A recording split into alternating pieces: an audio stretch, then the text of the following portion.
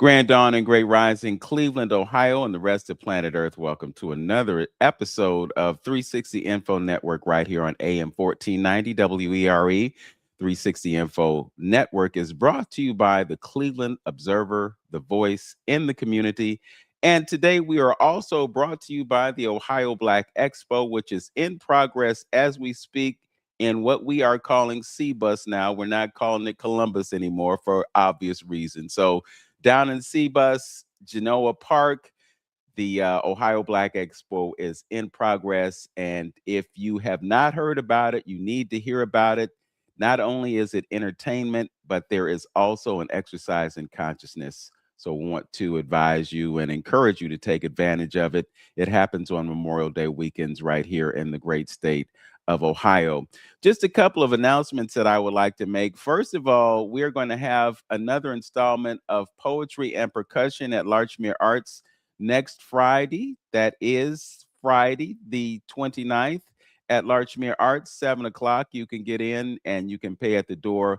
My good friend Elijah Gilmore is going to be accompanying me on percussion. And we are also going to have Kyle Arrogant Warren as our host. So join us for that.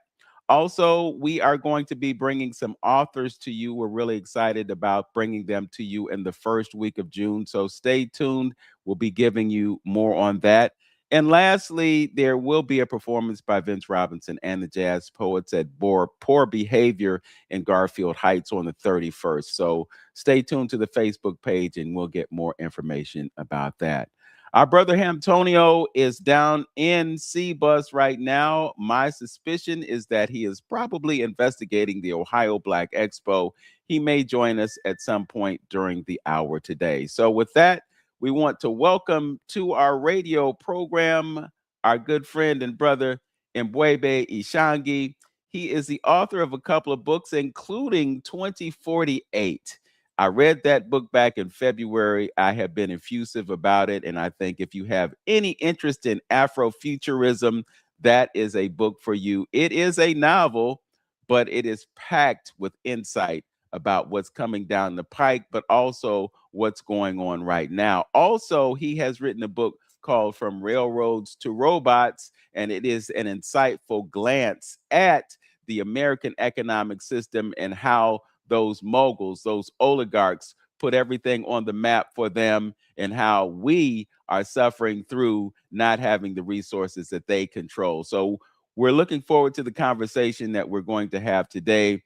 And our brother has a topic that he is going to share with us and a PowerPoint that he will also share. So if you're listening on the radio and you want to see what we're talking about, we highly encourage you to visit the YouTube channel. You can go to my YouTube channel. You can go to the 360 Info Network Facebook page. You can go to my Facebook page. You can also go to The Journey with Antonio and check us out on those various social media platforms. So with all that said, welcome to 360 Info Network, our good friend and brother. Bless up, brother. Bless up. How you doing? Good, brother. Good to see you. Good to be back. Good to have you back, and glad to be able to have this conversation. You know, M'Bwebe, you are one of the few people that I can have conversations about with current cryptocurrency. You know, and a lot of it. Yeah. And currency is really something that we should all be plugged into because literally it's what makes the world move around in terms of our lives and the things that we're able to accomplish. Our command of currency is what enables us to have success in life. So looking forward to having conversation with you about that. If you want, you can talk about what you would like to share with us today, but also let everybody know on the front end of things how they can connect with you and some of the things that you have going on right now. Yeah. You know, it's always a pleasure to be back. Give thanks and salute to everyone that is tuning in, whether you're doing it live or down the road in the future, you're listening. It is a pleasure to be back in this space and, you know, just being able to be in a realm where we can talk about things that are relevant, that I feel are relevant, that Brother Vince also believes that are relevant in the progression of our folk. There's a lot of stuff that I have coming down the pipe that I'm working on. And just as, you know, with the times that we're in right now, with all these inventions and all these new platforms and tech, that so much we be in this space. So there's a few things that I wanted to go over to share with. But number one, I will say that without being redundant, but finances to me is always the core of everything, because once you have a control of your finances, then it enables you to do the other things in life. And it's kind of like that one big wall that's in our face. And so I'm always an advocate for learning about finances. I'm a financial therapist by trade, so I'm always looking to reintroduce us to how the functionality of money, and using money methodologies that have been shared by families, rich families for over 200 years, and that can now be implemented and practiced by ourselves, regardless of your color, regardless of your status, your monetary status. So to me, it's important about that. So one of the things that I'm working on that starts next month, which I'll also be sharing in the presentation today, is I started a generation graduation summer camp for young folk ages 14 to 25. The camp starts, there's two sessions. One starts June 8th through the 19th, and the other one is July 13th to the 24th. And basically, it's 5 weeks, 5 sessions over 2 weeks, a period, and really introducing our youth to the functionalities of money before they get caught up. Because a lot of us, these are things I wish I. Okay, looks like we're having a little technical difficulty on his end, but he's describing some workshops that he's going to be doing for young people coming up this summer in June and July. Um, I also would like to give you a little bit more insight on Brother M'Bwebe as we wait for his signal to come back. His bio describes him as a scribe of many frequencies, a nationally recognized author, cultural strategist, and AI thought leader who turns audiences into movements. He has 35 plus years of bridging history, economics, and emerging technology. And he has a debut novel that we mentioned, 2048, that confronts the future head on. His works and talks don't just inform, they ignite. They're headlining a conference, leading a book reading, or challenging a room to rethink power and sovereignty. He leaves no audience unchanged.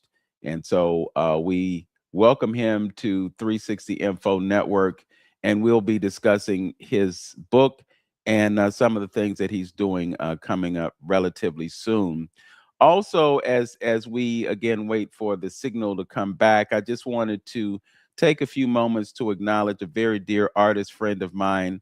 Her name is Simi Davis, and as I understand it, she transitioned on last Sunday. I also understand that I believe that the services will be held in Battle Creek, Michigan on next weekend. And as we get more information about this, I will definitely put this on my Facebook page so that those of you who are interested in providing something to the family as an acknowledgement of her life, you'll be able to do that. So stay tuned. I'll be posting that to my Facebook page, and I'll probably post it to Instagram as well.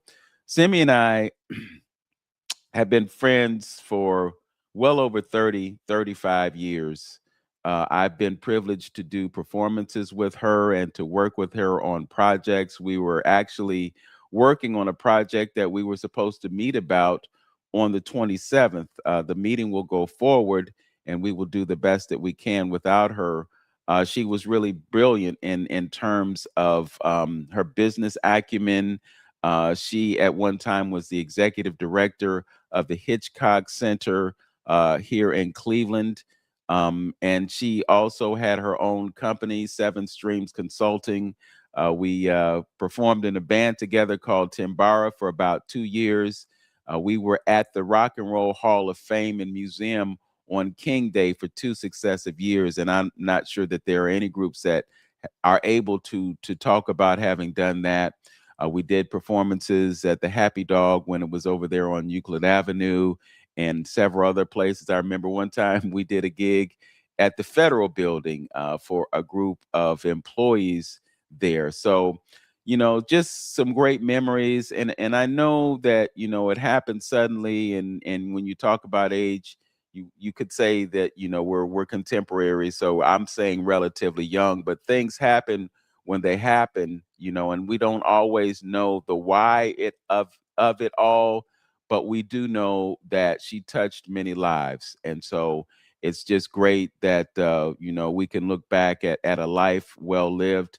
And so, I just like to share with everybody, let's celebrate her life. And I know that it is appropriate to grieve, but I would just caution you to look on the bright side of things and again celebrate her life. We've been rejoined by Brother Ishangi, so thankfully we're able to get things back. We can't blame it on a Mercury retrograde, but something tells me that it must be lurking around the corner. Man, he's the things that happen, man. The things Yeah, that happen, and I don't want yeah. to blame it on nothing, and just let it be. Just continue with the flow. Just Yes, continue and with the flow. that's what we shall do. Yeah. So I see that you have dropped something in our presentation mode. So if you would Yeah. like to proceed, please do. Okay. Copy that. So yeah, today I want to really get into two topics that I think are relevant.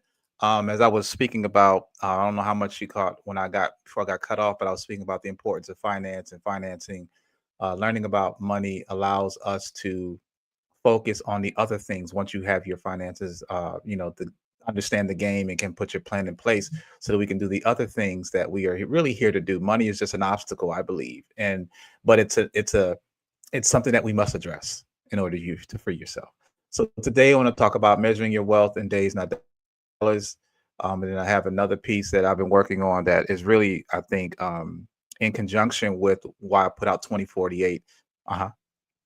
Yeah, the Oh, you the can't. topic is measure your wealth in days, not dollars. The Yes. audio cut out when you were announcing the title, so I just want to make sure everybody knows exactly what we're talking about today. Yes, yes. And hopefully my internet is gonna, because it never had any issues before, but until today. But anyway, so yeah, so today we're talking about how we are transcending and we are also trans ending. We're gonna wake up, get out of this slumber that we have been, and then continue to put more sleep, opioids out there to make us fall even deeper into a sleep. So it's time for us to get really in alignment with our assignment. Um, I like to talk about a couple hors d'oeuvres before we get into the topic at hand. But like this, obviously being Memorial Day weekend, I just want to point some things out because I call them hollow days because they're really hollow. The information, there's a lot of things they're not uh, including, and it's some of those things we're celebrating things and not even knowing the real origin of these holidays.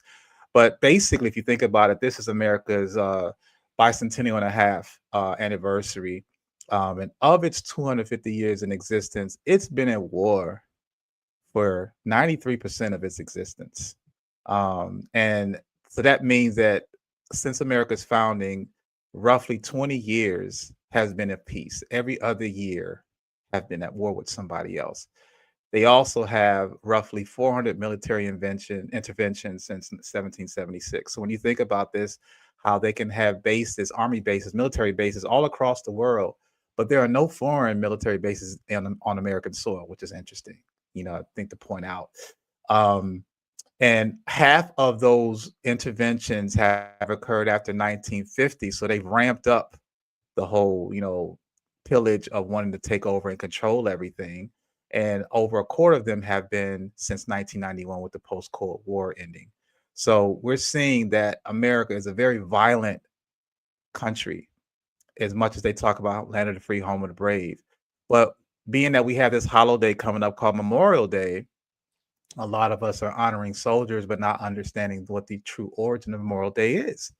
And it really evolves or originates in Charleston, South Carolina, back in 1865, on May 1st, to be exact, when it was created by Black folks who decided they wanted to honor Union soldiers who had got caught in the Civil War by the Confederates and died in prison. So this was your first dose of what Memorial Day was about. Again, originated by Black folk, co-opted by white folk, and where we basically pay homage to those who had fought for our victory, fought for our freedoms. And so this is something that I think is very important that we understand when you're going to celebrate something. be in the habit of paying, doing the diligence and understanding, the history behind it before you actually co-sign it. All right. Um, Also, this is Boulé History Month. From May 1st to the 31st, we find that every full 3,000 rostered member of Sigma Pi Phi, aka the Boulé, rereads their history book. This is an organization that is older than a lot of our organizations. We're talking about NAACP, Urban League, Jack and Jill, etc. And those are actually children of this organization. And if you are not familiar with the Boulé, you need to get familiar with organizations like the Cecil Rhodes and Laura Rothschild's Secret Circles. You have you also have Skull and Bones. You have the Illuminati and things of that nature. So we are familiar with those. But then when you look at the Boulé, you find that this is the Black organization of men who decided they wanted to create an organization that was exactly like or based on the tenets of Skull and Bones. And if you know anything about Skull and Bones is actually a global white supremacist organization. And it beholds a lot of our I would say enemies of our people that have been responsible for the co-op or the covert takeover of Africa and its resources, including us as a people. So this being Boulé History Month, I always resurrect this book. I wrote this book and released it in 2018. But I've been writing about the Boulé for nearly 30 years so that we know that we have organizations that some of us look up to. I know there was just recently a PBS put out a documentary on W.B. Du Bois. So there's information about our story, but then there's the story behind the story they're not telling us about, and why Black people have been delayed in our liberation, and what role have certain Blacks played in that delay. That's the biggest part. So this is where you find the history of looking at one like a Steve Coakley, who really was the one that exposed the Boulé back in the 1990s. And after attending several of his lectures and befriending him for a little bit, I started writing about it myself, being in the fraternity and giving my perspective on it. And I realized that this story needs to be told because this is the history they don't want you to know. So I offer you to check this book out, Who is the Boulé? There's a QR code. If you're interested, you can go to M'Bwebe or theghettotimes.com to check it out. Okay. The other thing I was speaking about was the financial ed summer camp that I'm doing for youth ages 14 to 25 to give them a leg up on what's going on in the world. And I wanted to actually play a short little clip, if I may, on, let me see, I want to share. Do I have sharing capabilities? Yes, you do. Okay, so I'm looking for, let me see, share screen. There we go. Just wanted to share this clip so that you can get an idea of the type of things that we're going to be sharing here. Okay, real quick. Making sure you can see that. Yes, I think I screen, brother? can. Yeah, I see it. Okay. Okay, cool. So let me scroll down and go to this short little clip here. Okay. Just mindful that we are on radio. So those who can't Right. see it. Right. Okay, so I'll read it. I read about it. I read a little bit. Let me turn the music down. But basically, this is a generation graduation boot camp where basically youth will learn about finances because, again, giving them a leg up on what, some of the things that we haven't been told. For once, one of the things is 9 out of 10 Black students age 18 and up have zero net worth, no credit, nor a checking account. And if they do have a savings account, it's less than 5% have more than 1,000. The majority are not taught how to manage money to buy a car, home, nor how to pay for college, other than through loans, which means they'll be paying more and longer, delaying their ability to create. So that's one thing I wanted to, just really, I'm trying to get out of my share here. Let's see, how is it going to let me get out of my share? Da, da, da, da, da, Yeah, because it's not showing what you were attempting to show. Okay. There's a Okay. So went back to my complication. screen. Okay, Yes. that's fine. I wanted to get here anyway. Okay. So yeah, this is so you are seeing your child is stepping to a system designed against them, correct? Yes. Okay, perfect. So yeah, that's what I want to expose our kids to and youth folks, youth too, because we're not being given a chance to even understand how things work before we even get started. So uh, this is that camp that's going to enable to do that. I'm going to speak about a little bit more of that in a minute. I also have some audiobooks that are available from the books that I've written. Actually have I just put out 2048 as an audiobook that's available now. Also, we have From Railroads to Robots that is available, A Pot to Piss In, Who is the Boulé, Analytical, these things so that, if you don't have time to turn the pages, you can press play and just enjoy and learn from there as well. Um, so getting into what I want to speak about today is really about how do you want to be remembered? And we honor our loved ones, especially again, this being Memorial Day. We think about some of our family that have died in wars or things of that nature, and we honor those who have lived. But soon, we also will become ancestors, right? So, how do you want to be remembered by your bloodline? Is the question. What is your contribution? And it's more than about finances. It's about what you did while you were here and what you left for those to pick up on. I think that that's something that a lot of us we don't think about until it's kind of too late, right? What is your contribution, right? So I want to talk about first the financial portion of it, measuring your wealth in days and not dollars. Okay. So let's just admit that we are in a structural deficit because basically inflation is eating our paycheck after paycheck, because the dollar value is going down. Over 40% of Americans report feeling financially unhealthy. Okay. That's 4 out of 10. And it's really probably even more than that, but nearly half. 69% of people are explicitly saying their salaries simply are not keeping pace with inflation. Let's think about this. And, since President Trump got in office again, the grocery bill, especially this year, has gone up 20%. Utilities have gone up 15%. But if you're lucky to get an annual raise, and that's if you're lucky, it's roughly 3%. So that 3% is not measuring up to the inflation growing in these T bills and grocery bills and costs of living. So you literally are losing money while working the exact same number of hours, right? And they'll add in a 1% cost of living, but things are going up much more than 1%, right? But this is the rat race psychosis. Think about this, especially for our youth. At age 18, banks will let you commit to $200,000 in student loans, but won't give you a $20,000 business loan, right? So think about that. We're not taught to be free. We're taught to be useful. And that's what Rockefeller wanted to do. He said, I want a nation of thinkers. I don't want a nation of thinkers. I want a nation of workers. So we'll finance you to go to school. And, we're big on getting education. But what do you do once you get out of school? You got to find some place that will pay you to pay off that education that you took on a loan, because we're not, silver spoon kids. We actually have to take loans out to go to school, right? We don't have endowments that we're inheriting. So we're signing up in a deficit before we even begin our adult lives. And then when you get out of college, you have to spend majority of your adult life trying to pay off that college loan, much less trying to find a job that'll pay to allow you to live your standard ways of living.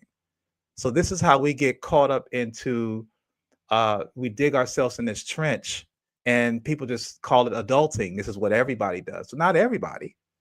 And that's the thing, is that once we understand that other folks have done other ways, then that's how we can stop repeating this cycle. This is why I have that generation graduation boot camp that I spoke of, because our youth need to have a leg up so we can break this generational curse. Right. So at the core of it, I feel like we're budgeting wrong. And I think the one thing that if we were all taught this, I call it the financial endurance number. If we were taught what a financial endurance number is, I think that we would be in better spaces. And because we're teaching it now, I project us to be in better spaces 3 months to, as little as 3 months from now, simply by implementing something simple as this. We're conditioned to measure our wealth purely in terms of a dollar amount, when an FEN is a measure of time, not money. It's not about how much money you make, it's how much you have left over for after your lifestyles are taken care of, your expenses. So this FEN is the exact mathematical number of days that you can maintain your current standard of living without receiving another paycheck before you run out of money. Okay, so your financial endurance number, how long can you make your money last before it runs out, right? So let me give you an example. The total balance of your checking and savings account, let's just say it's $3,000. So you're going to calculate all of your expenses. I'm talking about your car note, your insurance, your gym membership, your food bill, your mortgage, anything that comes out regularly every month.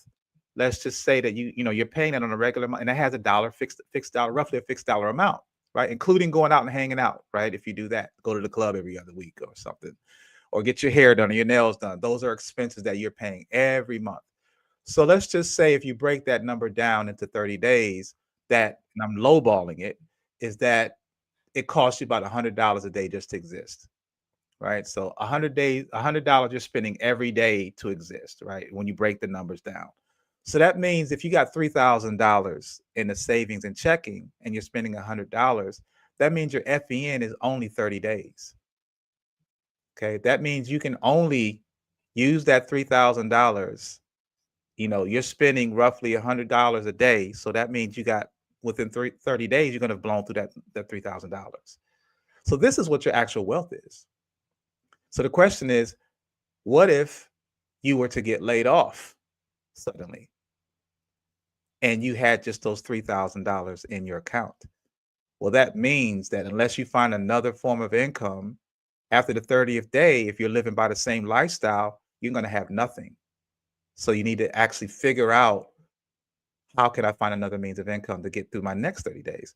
So what if it's even more than that? What if your FEN is 14 days? Or what if it's 30 days, or is it 6 months? We don't know these things because we've never done the mathematics equations behind it. And it really isn't hard to do.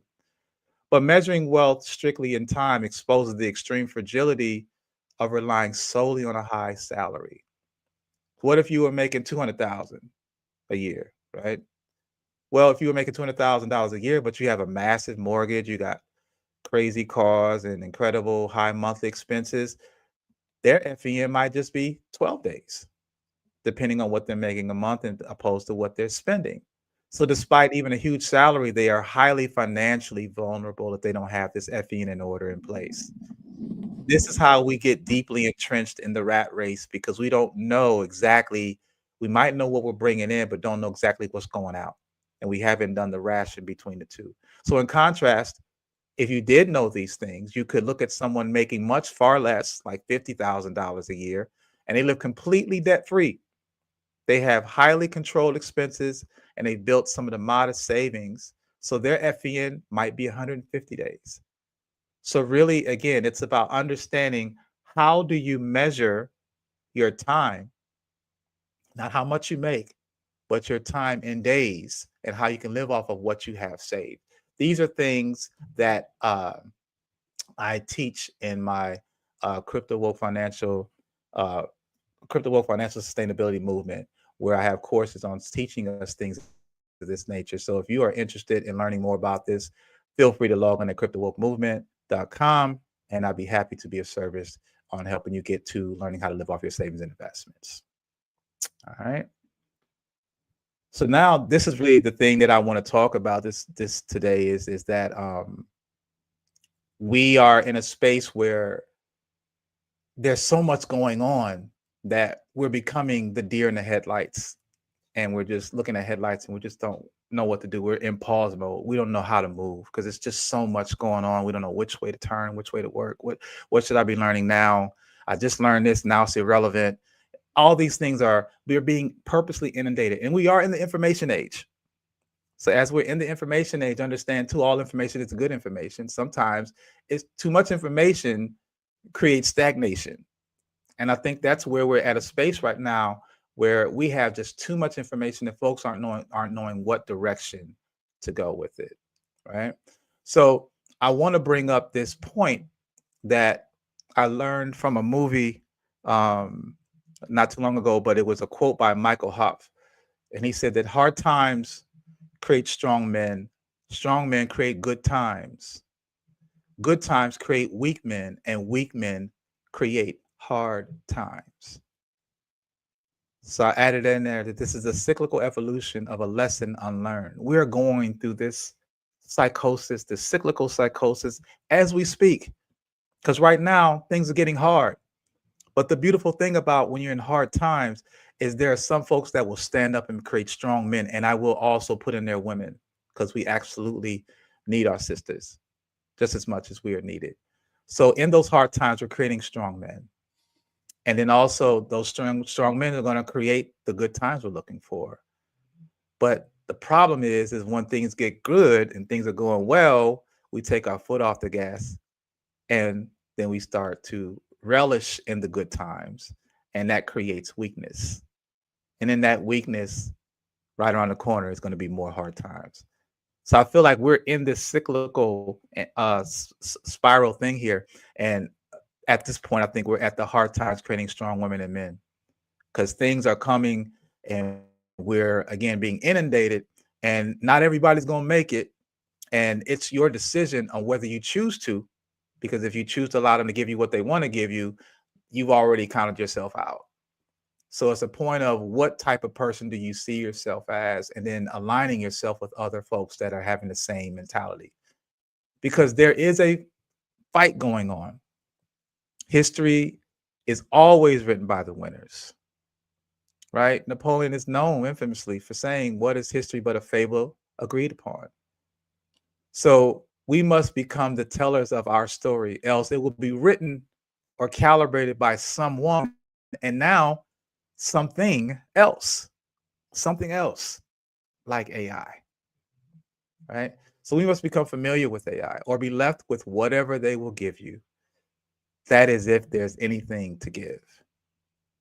So we must, as much as we don't want to learn about this, or we don't want to get into coding, or we don't want to, learn about Google AI and Claude and OpenClaw and all these new things that are coming out. If we are not familiar, think about this. In the 70s and 80s, computers were for nerds, right? Now we all carry a computer and that cell phone. So it's going to be part of your life. The question is, are you going to just be as a user, or are you going to be familiar with how it operates and be even to the point of a developer where you can create it to work for you opposed to you working for it? And they're hoping that you become just that user, that stagnant user, obedient and complicit. So the real issues is not race, this digital divide. It's positioning in the digital economy.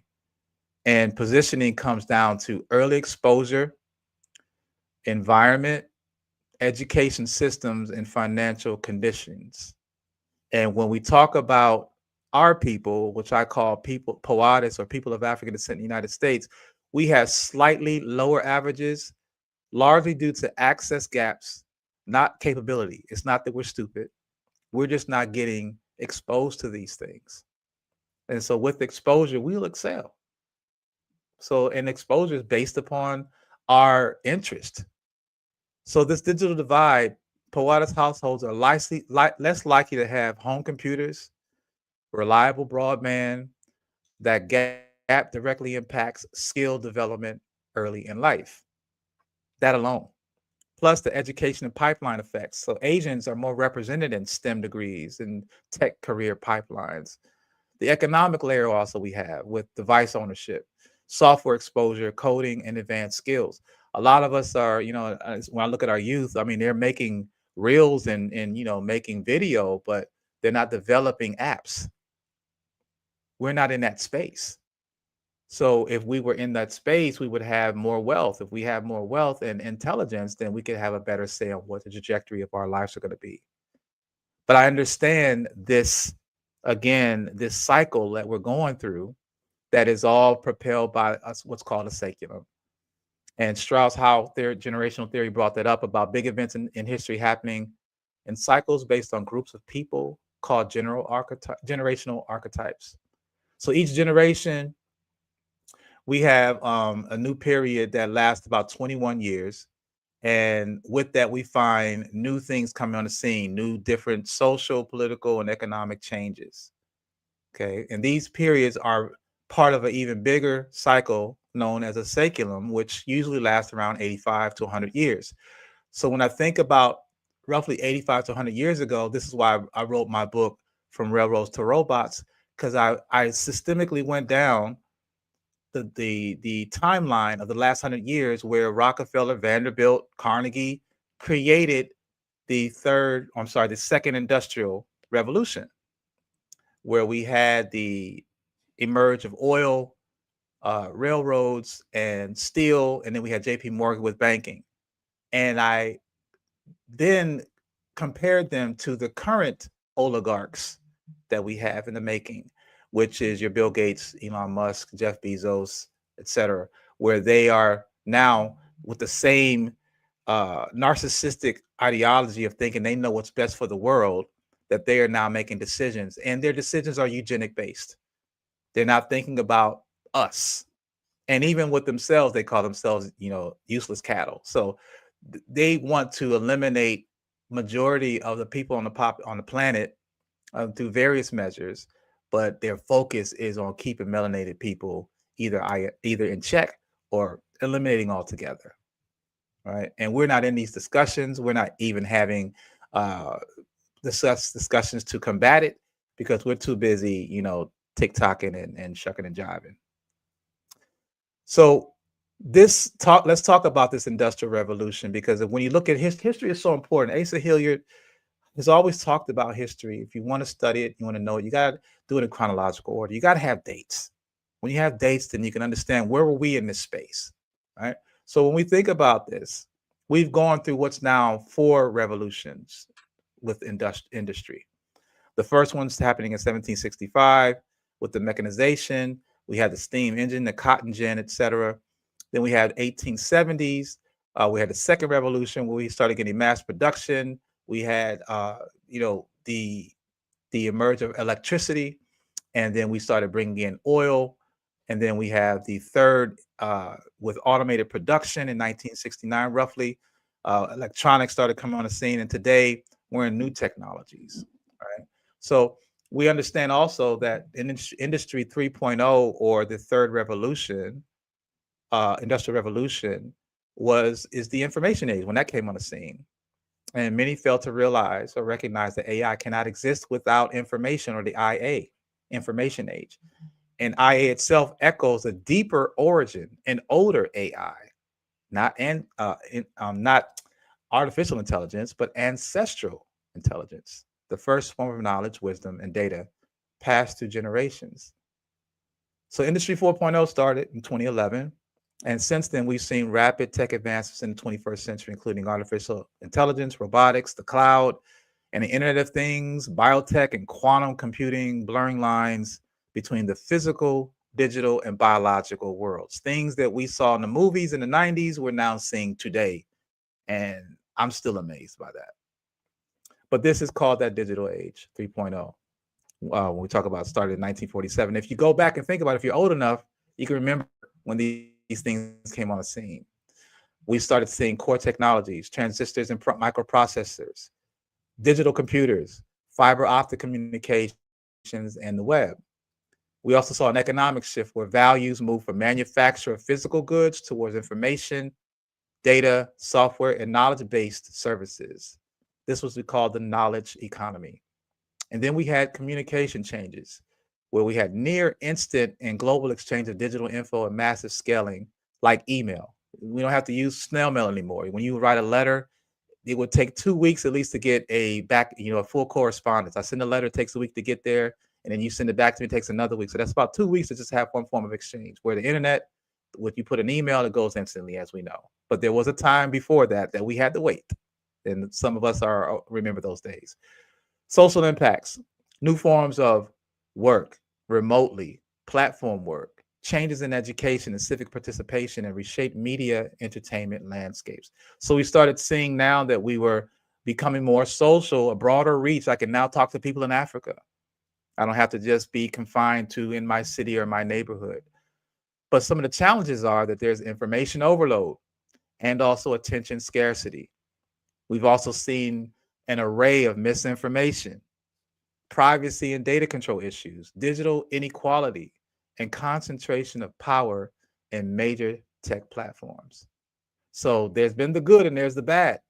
And you start to see how we are becoming almost zombie-like, where everybody's fixated on their device, their phone, looking down and not looking at each other. And they realize they've monetized this data. Data is the new oil. China is the new Saudi Arabia. And all this was done in just one generation. That secular I'm speaking about. All this was done in just a 20 to 40 year, maybe possibly, generation to make all this change, to put us into this psychosis, to make information the primary economic resource and a factor of production. Institutions, politics, business models, and daily life are restructured around data flows and connectivity. We get on our phone as soon as we get up and we get information, or we'll contribute information, good or bad, more bad than good. There's ongoing technological advances, the AI, the Internet of Things, biotechnology continue to push the era into new phases, raising both opportunities as well as ethical regulatory questions. This is where I feel like we are responsible for what's happening. If we are upon completion of the current saeculum, it is apparent there's an opening of change on the horizon. We must do so with the original AI in mind, that being ancestral intelligence. Not only are we older than AI, we are the original AI. Now is the time to study up on our ancient oral and written histories, for it may actually save us. When you think about it, message is embedded in memory, and it serves as a memoir that bonds us through time. So understanding, knowing our story is very important, because guess what? AI is learning our story, but the question is, who is it learning from? So let's talk about this real quick. Artificial intelligence is when computers or machines are designed to think and learn like humans, allowing them to do things such as recognize speech and make decisions or even play games. It's trained to notice patterns, make predictions, and get better over time by learning from examples instead of following step-by-step instructions like traditional algorithms do. And it's like giving a computer a brain so that it can help us with tasks or find information more easily. All right. So what is an LLM? You might have heard that term, and if you're not, we're going to get familiar right now, and how that ties into the need for us to be more active in writing. An LLM is basically trained on gigantic amounts of text, books, websites, code bases, threads, and internet articles. And basically, it's like a virtual encyclopedia, right? So whenever you put in a prompt, or even before prompts, when you go into Google and do a search, it's searching what? Where is it getting this information from? It's searching, it's scanning the internet to try to bring you a result of what you're searching for. So basically, they don't think like humans, but what they're doing is predicting word by word, pixel by pixel, what's most likely to come next in response to a prompt. And we're seeing it helping us, but we're actually helping it because we're teaching it, and it's called deep learning. So all of these apps you're seeing, Gemini, Grok, Copilot, Claude, Meta AI, ChatGPT, like everyone's speaking about it, using to make flyers and you know, all these little things that they're using it for. All the while we are teaching these LLMs about who we are. So it's doing a deep learning about us, but we're not learning about it. So what is deep learning? Deep learning works by using artificial neural networks that attempt to replicate the way biological neurons operate in the brain. So the internet, artificial intelligence, is trying to be us artificially. Okay, these networks are composed of layers, and an input layer that receives the data, and then there's one or more hidden layers that processes it, and an output layer that produces the result. So as data passes through these layers, the network learns to identify patterns, relationships, and structures. So it's kind of like the way they teach LLMs is they'll give you a bunch of barrages of, let's just say, dogs. They won't say it's a dog though, but they'll show you all different kinds of dogs. So as it starts to see all these images of dogs, it starts to realize, okay, I recognize what that is. And then they tell you it's a dog. So now when someone puts in a prompt, show me a picture of a dog, it pulls back from all those imageries that it's seen. And now it can recognize it and even create one. It can merge some of the things it's seen and maybe put spots on it or some of that nature, because now it's seen so many variations. So this is how we are teaching. It's like teaching a child a language is what we're doing artificially. But what's next is what we should be really concerned about. AGI, artificial general intelligence. It's a type of AI that can understand, learn, and apply knowledge across different tasks, much like a human can. And it means a machine could potentially do anything a human can do. It's expected for AGI to be on the scene between 2030 and 2050. So the next 3.5 years is going to be dramatically different than what is today. And it's already, this today is different from last year. So it's going to get dramatically different over these next few years.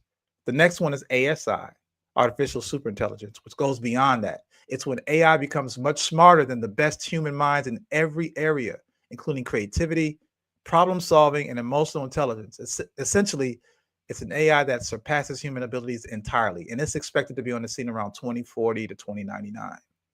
Now, these are human expectations or predictions, but as AI develops its conscience, it could be tomorrow. We really can't say, and we really won't know until it does it. I know you want to go on a break, brother. Do you want to do that? Yes, we'll need to step away just for a few moments and come back to the action. If you're just joining us, this is 360 Info Network right here on AM 1490 WERE. Our guest is M'Bwebe Ishangi. He is an author. He's an activist. He is a griot. He is a scribe. He is many things. And we'll talk more about that when we get to the second hour of 360 Info Network right here on AM 1490. But until then, stay with us. And we will be right back after these messages from our sponsors.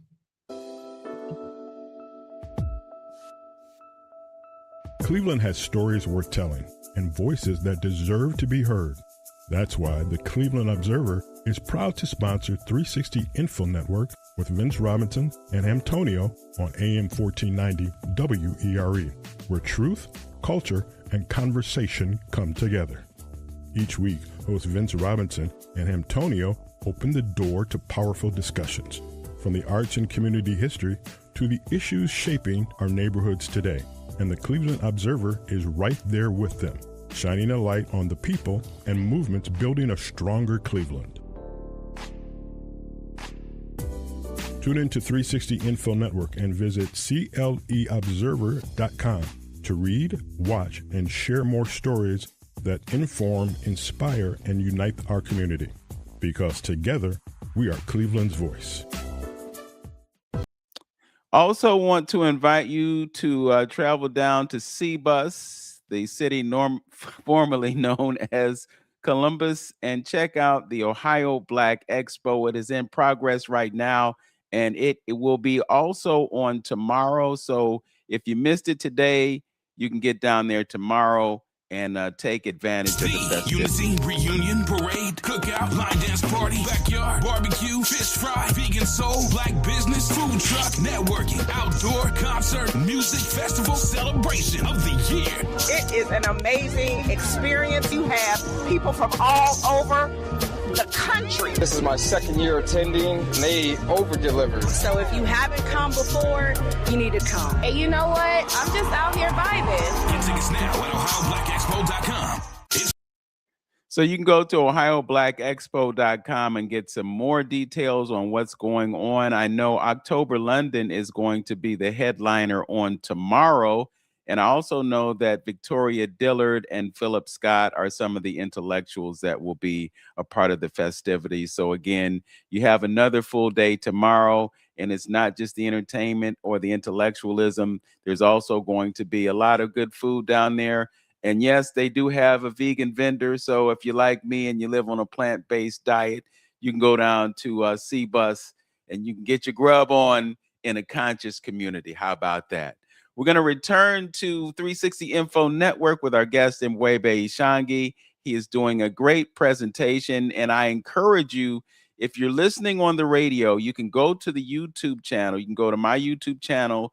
You can go to the 360 Info Network Facebook page, where this broadcast will be archived, and you can see a replay of this broadcast today. A great presentation, and let us continue, Brother M'Bwebe. All right. Yeah. So, yeah, this is definitely for me is I mean, is it, before I go in, is there any points? I know I've been talking, so I don't, I want to basically, if there's anything you wanted to comment on or have a point on, I'm open to that as well, brother. Yes. I know I can run my mouth. So yeah, when you started the presentation, you were talking about the 250-year cycles, and we are at 2026, which is 250 years away from 1776. It's also said that civilizations have periods of 250 years. So it seems as though the time for America is up.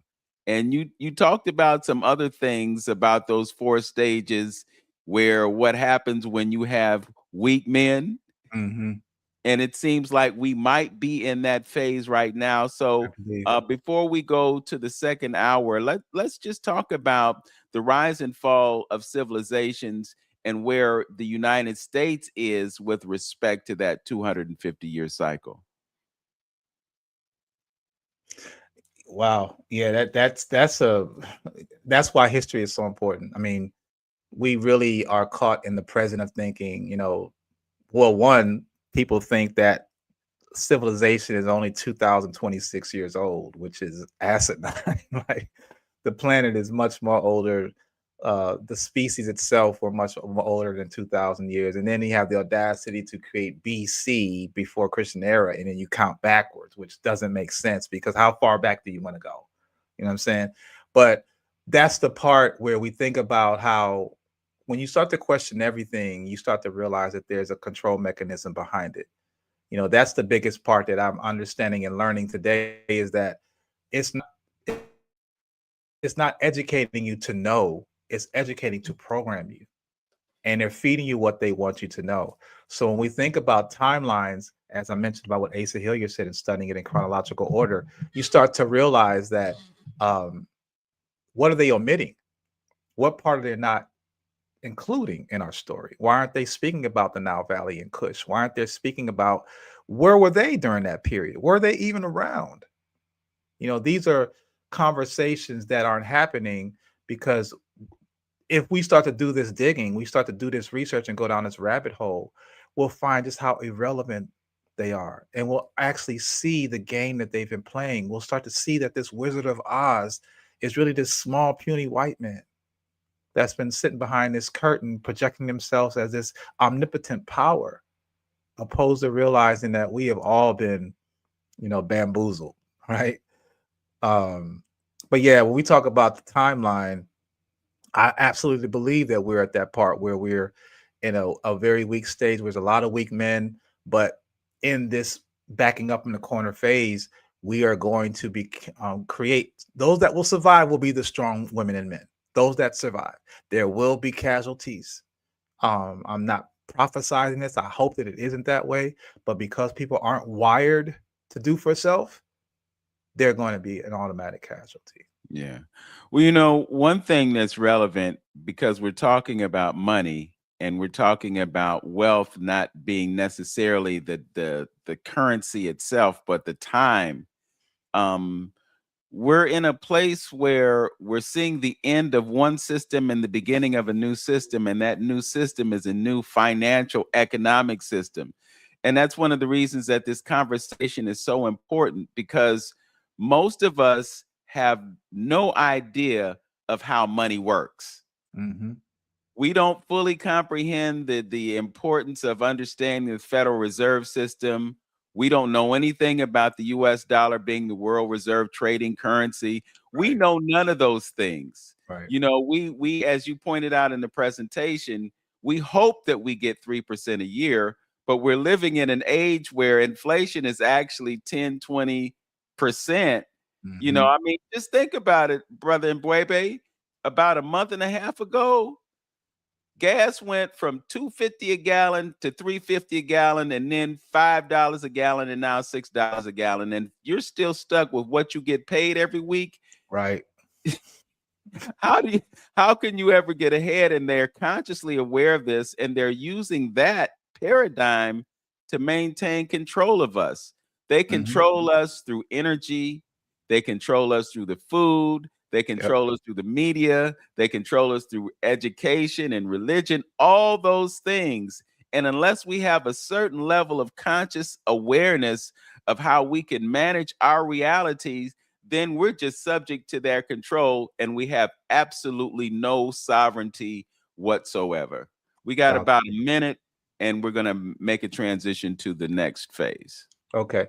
And yeah, I would just say that too, that is what we're looking at here is folks aren't, because we're not aware of it, it allows them to tighten the noose whenever they choose and get as much juice out of that wet rag of us, as possible. They're squeezing every morsel out of us because we're just not informed. And also we're not informed of our power. Because really, if you want to get gas to go back down, stop buying gas. If people would organize, but again, we're in that rat race psychosis. We got to go to work. I got to pay bills. I gotta, opposed to, you know what, collectively, if we all stopped, then our demands could be on the table. Yes. And I bring back the Alabama bus boycott as an example. Right. Yeah. The importance of history, the importance of remembering, most importantly, us remembering who we are, because when we know who we are, there's nothing that they can do to hold us down. That's the real key, the remembering who we are. We're going to make a transition to our online platform. So you can go to my YouTube channel. You can go to the Journey with Antonio. You can go to 360 Info Network, its Facebook page, and you go to my Facebook page, and you can pick up the continuation of this broadcast. I just want to send a special shout out to our third man in the studio on Rockside Road, our brother Tone Harley, holding it down for us in the studio, making this broadcast possible. We sincerely appreciate what he does for us, and we appreciate you for listening. Don't forget, when you go to YouTube, like, comment, subscribe, share. Folks need to know what we're talking about today. As always, know yourself, love yourself, be yourself, make today your absolute best day. Peace, y'all. All right, 12 o'clock noon, right here on YouTube and Facebook. We have our brother, the scholar, the griot, the scribe, Substack, all kinds of websites. He's published at least, what is it, up to 10 books now, bruh? Well, I have done 8. I got 3 in the pipe. 3 in the pipe. So very busy, very prolific, and dispensing wisdom today. And we're talking about money. If you could restate the title of your presentation, let's continue with the presentation. And also to my friend, large language model. That's what LLM stands for. And we've been talking about that, and we'll continue that discussion. So if you would like to resurrect your presentation, okay, you can do that. All right. And so, yeah, what we're speaking about today's presentation is measure your wealth in days, not dollars. And then we're in the portion now where we're speaking about the information age needs artificial intelligence, which evolves from ancestral intelligence. So we're talking about AI, y'all. And I know that AI is becoming a buzzword, which is a good thing, but it's also being, from a consumer perspective, learning this code or knowing it can do this for you, it can do that for you. It's what it can do for you, right? So we're being shopped as consumers, opposed to what is AI really? What is the underlying foundation of what AI is? And we're about to get into what the projection is, because as we thinking that it's helping us, actually AI is learning us. And so should we be learning it. So that's what this is really about. So I was speaking about before our break about the next levels of AI, which is AGI, artificial general intelligence, which is on the scene projected to be around 2030, as early as 2030. And then we have artificial superintelligence, which is basically where AI can do that and then some in comparison to humans. So and that's supposed to come around 2040. So that beckons the question, if AI is doing everything, then what am I doing? Now, there are some people that say, well, that's great. I don't have to work. And I can do the other things that I'm focused on. But the one thing that we're not realizing is if AI removes your ability to take care of yourself, because we don't work because we want to work. We work because we have to work. In essence, even though someone that loves their job, if they could just do nothing, they would probably choose to do that or do the things they really want to focus on doing. So we're going to work to pay the bills, to keep a roof over our head, to put clothing on our back, to be able to pay and live a somewhat decent life. That is all affixed to that income. So if AI is now taking away those possibilities of income, then what else is there for you to do? You have to find other means to put food in your belly, to pay for the land you're living on, to secure yourself, right? So if you don't have these things in place, then, and which the majority don't, because even when you have a mortgage, you don't own the house. It takes 30 years to pay that house off. So it's not until that last payment do you own it. You could be in your 29th year and 51st week. But if you're 90 days late, they will take everything from you. So the question is, how do we sustain ourselves, especially with AI coming to change the labor force? So these are things that we should be having discussions about. And I'm going to speak about that in a sec. Actually, right here. So this leads to the fact of job insecurity. There's estimated that automation could lead to 25 million jobs lost globally over the next 5 years, particularly in sectors of manufacturing, retail, and transportation. Now, if you're a coder, you might have a chance. Even if you're a doctor or a judge, it isn't just blue collar, it's also white collar. We're having teachers being replaced, physicians being replaced. So no one is is untouched. And the thing that we're realizing is that businesses are opting for artificial intelligence and automation opposed to workers. Why? Well, if you're a business owner and you want to be in profit, which is the reason why you're in business, then it behooves you to cut your costs. What's the largest cost you have? Human labor. You have to pay for insurance. You have to pay for vacation. You have to pay for the salary. Salary increases despite whether you are having profit or not, or you go out of business, right? You need to have workers. Well, with robots, with automation, you can basically have these things work 24/7. Robotics don't say, hey, I got to go use the restroom, or I don't feel good today, I'm going to call off sick, or I need a vacation, or, I need these, or I need these personal things. No, they'll work until they break. And when they break, you put another one in its place. It's a machine, right? But here's the thing. This is where I draw the question about the economy, because although these businesses will be profitable as far as, well, I won't say profitable, they'll have less expenses with less human labor, they still need to make profit, and that's from consumerism. So if you don't have a job, then you don't have spending power. If you don't have spending power, there's no consumerism.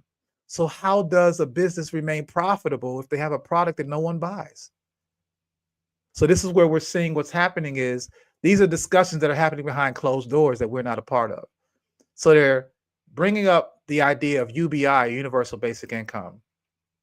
And I pit it against sustainable sovereignty, because basically UBI is going to be that stipend, be it monthly, weekly, biweekly. I don't know how they would do it, but they would give people money because robots aren't going to Disneyland.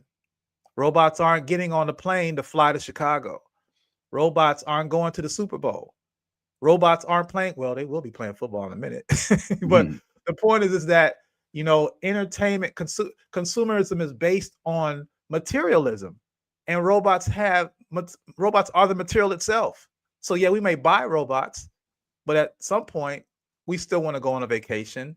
We still want to we still want to go to cookouts. We still want to do things that humans do, and that costs money. So this UBI is bringing into the forefront of, well, we will give you money. This is what Elon Musk is talking about. Even a couple of presidential candidates talked about this in the last campaign run.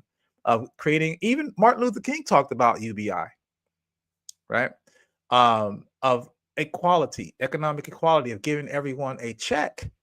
But trust, it's not going to be 6 figures. And even if it's 6 figures with inflation, it'll be more like 4 figures. The deflation of the dollar, the way it is. But the point, unless we move into another currency, which that is happening. But the point is that there is this influx, this turmoil that I haven't seen a resolution yet, but I'm sure they're heavily working on it, probably already having it, just going to drip it out at a point of a time, a little bit at a time. But UBI is the so-called solution, or what they're going to give us. This is what their resolution is to your loss of jobs. We'll give you money. But this money can also be programmable. So there's other parts to this thing. It isn't nothing. We have to be under the guise of realizing that anything that's given to you is not to benefit you, it's to benefit them.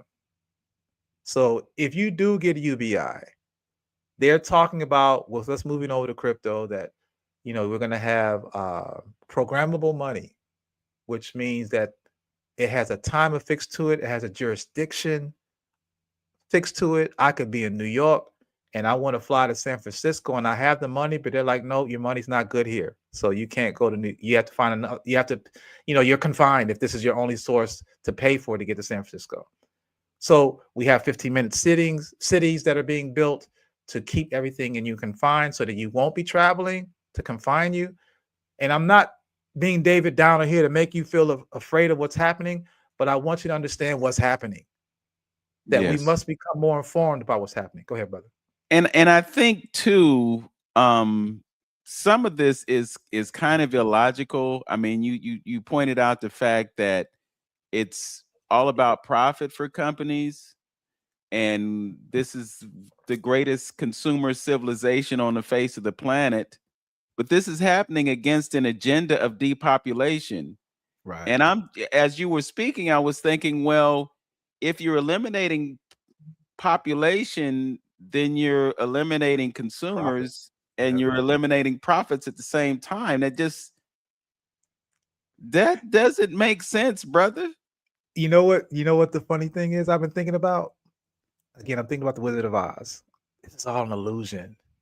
When they get you to think the world is ending, then you're not thinking about the world extending. You're in fear. You're in influx. So I can control you. So I thought about this. I thought,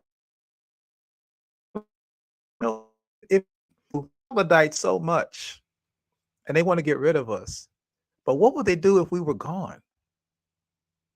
Like, they have this love-hate relationship with us. They couldn't function without us, but they want to be able to control us. So I look at it like this. If you, as you mentioned, if you eliminate so many people, you're eliminating profit in your pockets.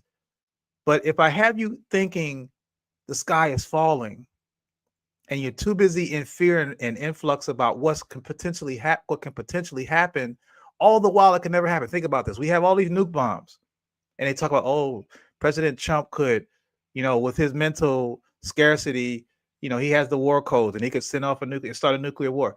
Well, the thing is, we live in a globe. So even if you shot something over to the Soviet or wherever you shot it over to, eventually it will come back this way. And so if it's something that is eliminating, lives as far as the air quality, it's going to get over here. Okay, they want to go under bunkers and live underground for whatever. We've seen the movies, Paradise is one of them.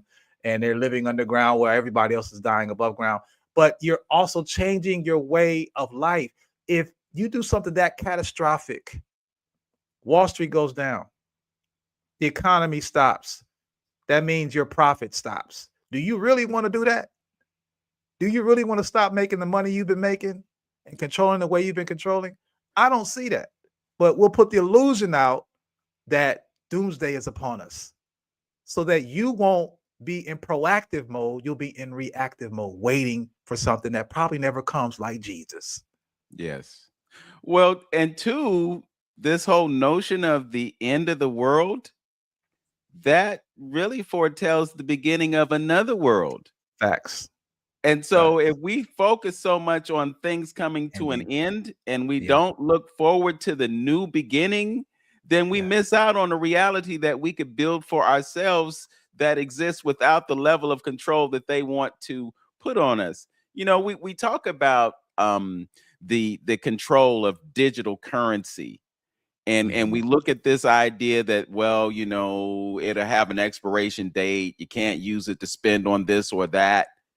But the reality is that we live in a world right now where if they want to freeze your assets, they can do that.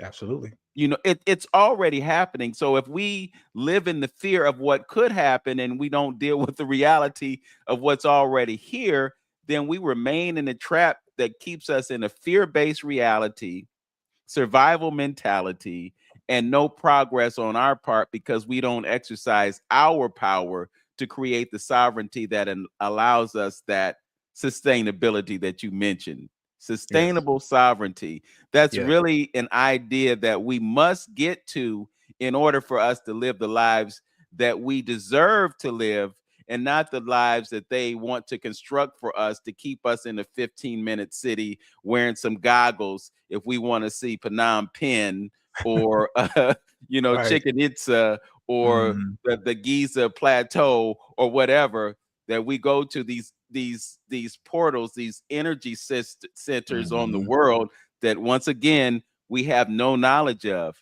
As a matter of fact, we don't even understand our own relationship. Each one of us is a micro of the macro. Each one of us is a universe existing in a greater universe. We're all like cells in this magnificent organism. We're batteries, we're electronic beings, we're divine beings, we're all these things that we don't know because we've been minimized to being a minority, being a slave to wages, being, you know, someone who's waiting for a UBI deposit to show up in our virtual wallet. You know, all these things that they're creating for us to maintain our reality in a way that benefits them. I had to interject that. It just does not make sense. And it's such a vital point to make. The point you made is so vital, because with everything that you said, I see, and it makes me understand the wickedness of Rockefeller, because that's exactly falls in line with his ideology, is to create this. I want to stop you from thinking. You know, I want you to be focused on working. I don't want you to, because when you think, you free yourself. You can process things and you can find your own way. I don't need you to be that way. You're of no use to me that way. I need you to be locked in on paying your mortgage. I need you to be locked in on getting education certificates for jobs that won't be there. I need you to be in that space and that mindset of attaining material wealth, but you can't eat it. So that's the problem that, you know, or that's the, I don't want to say this word, but that's the brilliance of what he put together. It's effectively been, even in his death, it's still going on. That people are still following the same cookie cutter plan, and very few people, now there have been people that have tried to break away from it, but I do love the fact, and that's why when I'm speaking about next, it falls in there, that I always think of the analogy of, you can pour concrete all over the world and try to cover up the earth, but eventually a blade of grass, as fragile as it is, will penetrate that concrete. So you can't cover it but for so long. And I feel like this is the realm where we are creating these strong women and men, because we're being backed into, not into a corner, we're in the corner. We are the corner. There's no more movement. And so we're going to start pushing back. We're going to start thinking. And if it means there's two separate worlds, so be it. You can be on grid. We're learning about glamping. We know how to live off grid if we want to. You know what I mean? We don't have to be tied to the municipal to have power. So these are the things that we need to start thinking about. And the biggest part of it is being in spaces where other people share those ideologies. So you're not by yourself and isolated thinking you're going crazy. You know what I mean? Just real quick before you jump back in. Yeah. And this is a rabbit hole that we haven't traversed. But do you really think that we gonna set up camp on Mars? Well, you know, I'm seeing more. I'm questioning Apollo. I'm questioning the moon. So I'm like, can y'all even get to the moon? Like first, you know what I mean? Again, quote unquote, right? Can you even prove that? Because we're seeing all this footage, and I don't know if it's deep fake video or whatever. But here's the thing about the fixation of wanting to leave this planet is I think it's the FOMO thing of making people believe that this plays into the fact, oh, they're ready to desert the earth, they're ready to leave. I'm like, yo, leave. If you want to go to Mars, go to Mars. But I think that we shouldn't think of it as, or if they're leaving, that they're leaving because Earth is doomed. Because that's giving them the control. So I think rather than me get caught up into wanting to know or wanting to even go to Mars, because physically the body hasn't been proven, the Earth body hasn't been proven to be in space that long. We've seen through the test allegedly that the body, I used to work for NASA educational system when I first got out of college, that the body can stay in orbit no more than 90 days. It starts to piss out, excuse my language, but in its urine, calcium from your bones after 90 days. So whether you have artificial gravity or not, once you do become in a space where there is gravity, there's been Soviet astronauts who came back from being in space over 90 days and couldn't stand and died roughly shortly after they returned because all of the calcium was emitted in their urine from being in zero gravity. So the human body hasn't proven to be able to be in space that long. So that to me is some Star Trek-ish that I'm not going to really entertain because I know I'm here. Physically, I'm here. Now, spiritually, I think we can go anywhere. I do believe that. I don't think they can, but I believe that we can. And so that's the other part that I'm able to, as you mentioned, us being microcosm of a macrocosm, which I love, and I go by that same standard, is that we are not just affixed to this planet. We are, as Neil deGrasse Tyson says, that we are star stuff. And we are all over the place. And so we have the ability, we go away every night when we go to sleep, metaphysically speaking. So we are not tethered to this planet. We are to a degree because I can feel when I pinch myself, there's pain, but that time is limited. We're not going to be here indefinitely, but our spirit, there's something more to that because that's not of this earth. It's from something else. Yeah. That's a whole metaphysical conversation. Well, the reason that I asked the question is that we're on the precipice of the largest IPO in history. Yeah.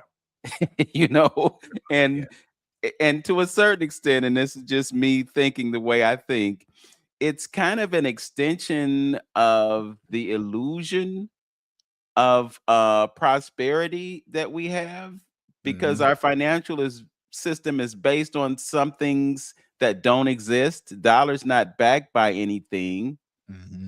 So it's just an illusion. So they continue this illusion and people put all this money into this notion that somehow we're going to be able to navigate space with the spaceships that SpaceX creates, but we don't really even know if they can exist in the realm that they're talking about existing in. Yeah, but they're willing to change their consciousness, digitize it, so to speak, because they are working on neural brain creation. So they're willing that they think that they can move their consciousness and put it into a vessel and become that and operate that vessel. I mean, you can look at the STEM research. You can look at Elon Musk, who wants to, hybrid humans and robotics. So they are trying to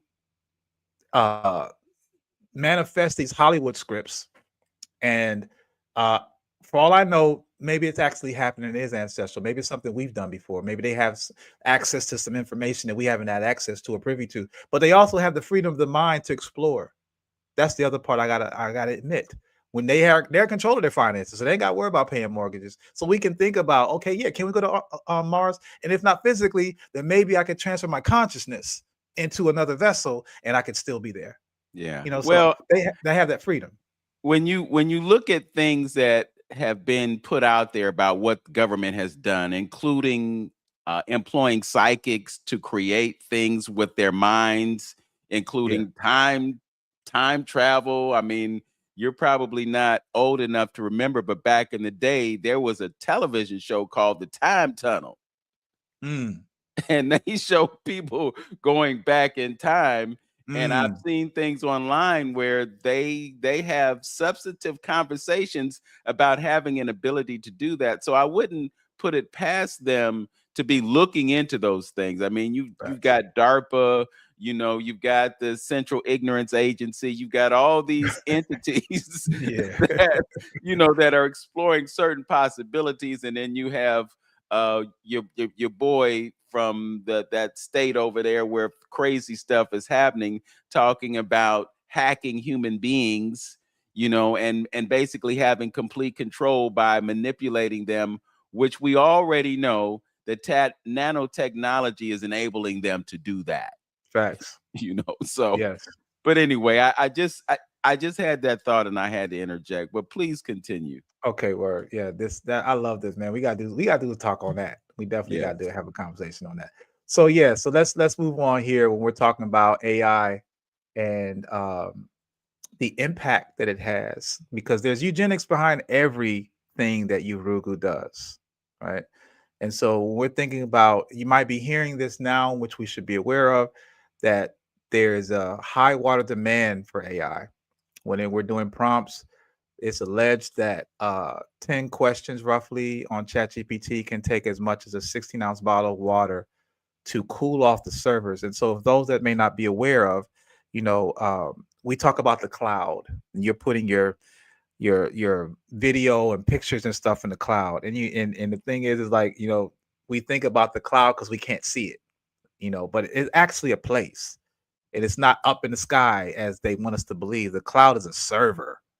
It's a server that sits in a company that basically houses a computer that runs 24/7, and anything that runs 24/7, you understand it's going to create a lot of heat.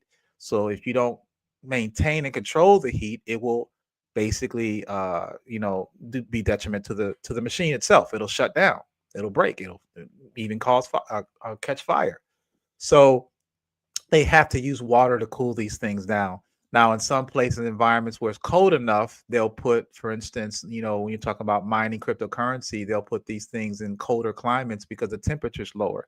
However, or even air-conditioned spaces, but they're still using energy to keep these computers from overheating, because if they overheat, they malfunction.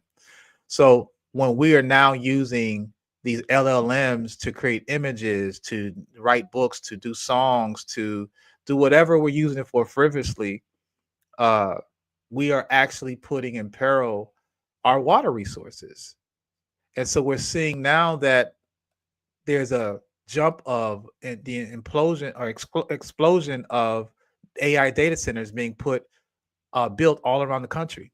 And most of them are being built around low income and communities that are predominantly lived by us, housed by Black people. Okay. So what we're finding is that it's coming down to a choice of water depletion and access challenges. The high water consumption of data centers can create local shortages, forcing communities into competition for water, heightening health risks. So you're having companies that are saying, look, we're going to shut down or have even brownouts with water usage, or the quality, you know, the amount of water that comes out is going to be lessened because we're siphoning some of that to put to these data centers to keep these servers cool. Right. And so this makes things worse by systemic barriers that limit access to clean water, forcing reliance on bottled alternatives that also pose health risks, because the bottled water is sitting in plastic. Plastic is a residue product made from a toxic residual product made from Rockefeller and his oil runoff. If you know about that, and if you don't, read it in the book From Railroads to Robots. So we found that Amazon has invested $25 billion in the Mississippi data center as of last month. $25 billion in a Black neighborhood in Mississippi. Okay. We've also found that they put $11 billion into another one in St. Joseph County, Indiana. And these spaces are built primarily to train and run AI models. Facility is expected to consume, this one particular facility, to consume 2.2 gigawatts of electricity. That's roughly the same amount needed to power 1 million homes. And it will require an estimated 300 million gallons of water every year. So this is a glimpse of how resource hungry the AI future is going to become, because as more people use it, there's going to be more water. And we don't know this, because all we're doing is we're putting it in our phone and we're getting an image from it. We don't know what's happening in the back end. And we're not realizing that the municipals that used to make water to clean it for us to drink are now using it to siphon it towards these AI data centers. So eventually we might not even be able to mow our they're putting restrictions even in Florida to where you can't water your lawn, you can't wash your car when you want to. In a minute, you won't be able to take a bath and showers, because they're using that water for these AI data centers. Someone mentioned, can I please repeat the book about from railroads to robots? And if you go to M'Bwebe and I can put that in the chat. Thank you, brother, for putting that there. Thank you. So we also found that Google dropped another $4.75 billion to buy an entire energy company just to power its AI data centers. And Amazon, again, these are the major companies that are pushing AI, and we're all the more happy to accept it because we're thinking it does this. This is crazy. This is nice. I love it, but we're not realizing the ramifications environmentally that's happening. We see Elon Musk and Jeff Bezos coming together and doing some things. SpaceX and Google and Blue Origin are racing to create orbital data centers to solve AI's energy and cooling challenges, which plans to launch massive satellite constellations powered by solar energy. So they want to actually put some of the data centers in space. Now, space is so cold, so there's that probability of the heat not being an issue. And as I mentioned about these lunar landings and me questioning them now, is allegedly it is more than 370 degrees negative 370 degrees when you get in space. 370. So that means that if you were to go out there as yourself, you would freeze automatically. So the question is, how during the 60s, before Wi-Fi, before the internet, when they were going in space and filming using batteries?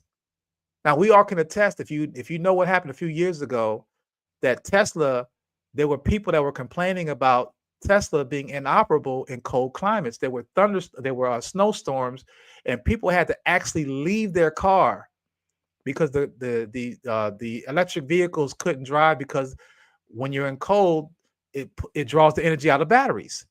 So if you're in an even colder climate, how are they able to film Neil Armstrong landing on the moon? Much less him not being the first one, because there was someone filming it. So that was the first person, because they filmed him getting off the rocket, but someone was filming him. So he was actually the first person, if that even happened. But the point is that we're seeing the logic is not really adding up. So they're still in this phase. And I saw this movie I mentioned earlier, Paradise, the series that's on Hulu. I'm not plugging them, but not promoting them, but it talked about the elite, and there were being something catastrophic across above ground, and how they created this world underground, and they created an artificial sky. And Elon Musk wants to do the same thing in regards to cooling off the planet. He wants to put a shield to cover the sun to cool off the planet. And the scary thing about this is he has the finances to do it, because he's a government contract billionaire, or probably soon to be trillionaire. So he's taking our tax dollars to be able to use this and possibly create something that will shield the sun. And it ain't about these damn servers. It's about white folk not being able to take this sun. So they could potentially, they're in talks. They're in not just talks, but they have the kahunas to try to even put it into place and create something like this. It could happen.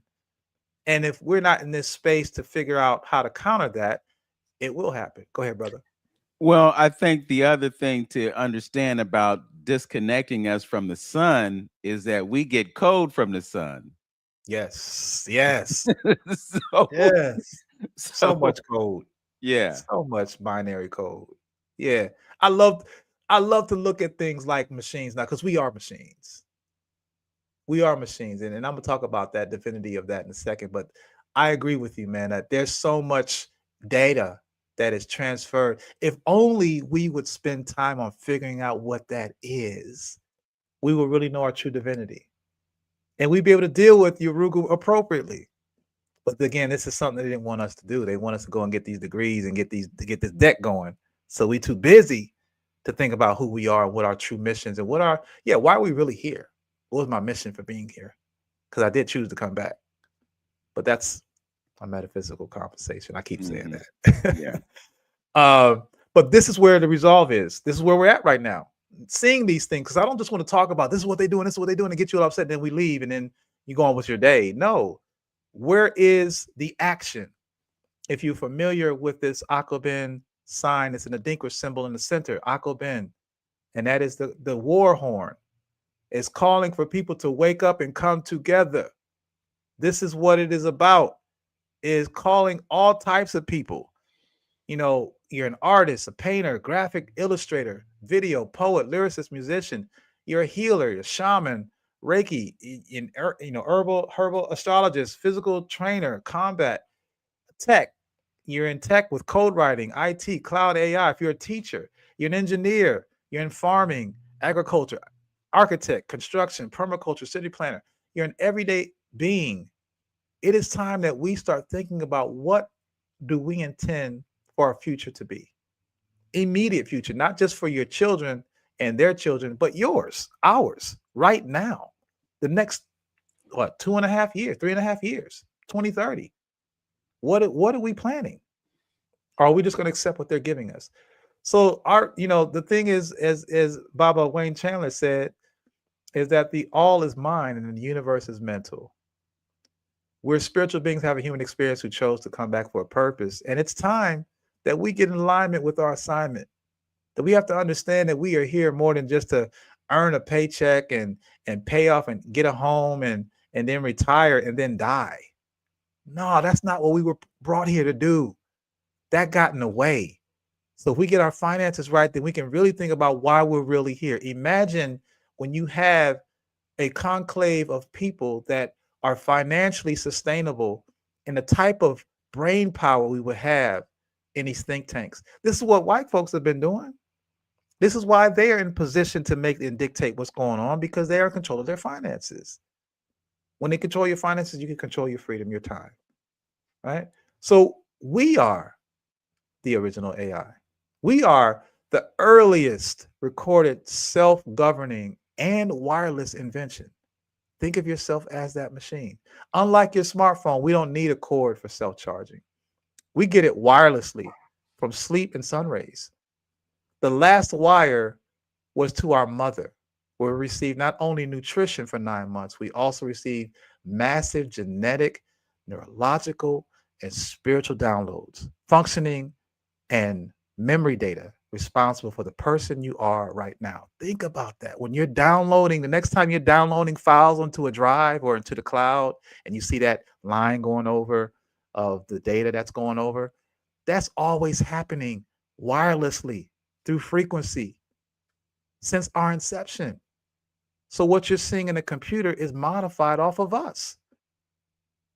This is also that cord, that umbilical cord, your belly button. That's the same region that they call your core, and your core is the root of your essence. In 2048, I talk about that, the importance of this core, this belly button region. We don't even deal with. A lot of us have some corroded and dirty belly buttons. We need to clean it and get that frequency going on again. You know what I mean? I take coconut oil and I put it in my belly button to clean it out, put some electrolytes in there to keep that connection. I think that's my antenna to our ancestral realm, because that's what made me physically, right? So we have a built-in waste management system. Think about this, the physical phenomena of us. That built-in waste management system, processing and delivering nutrients and foods to needed parts of our body while ridding the rest. That's intelligence, knowing this part we need, this point is waste. You don't have to tell your body to do this. It does it automatically. You don't have to tell your body to have your heart beat. You don't have to tell your body in what succession to do it. You don't have to tell your cells, the red blood cells, to go to this portion of the body.